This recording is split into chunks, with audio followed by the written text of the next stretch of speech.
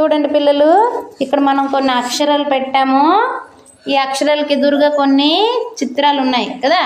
ఇప్పుడు ఈ బొమ్మల్ని అక్షరాలతో మ్యాచింగ్ చేయాలి. మీరు చేస్తారా? చేయండి. Very good.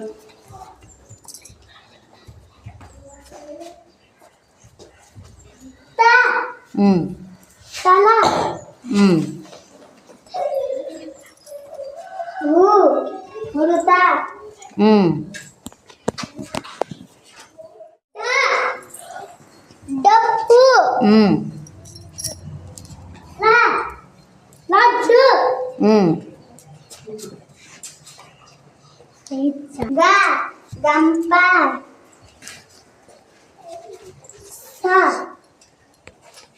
సంచి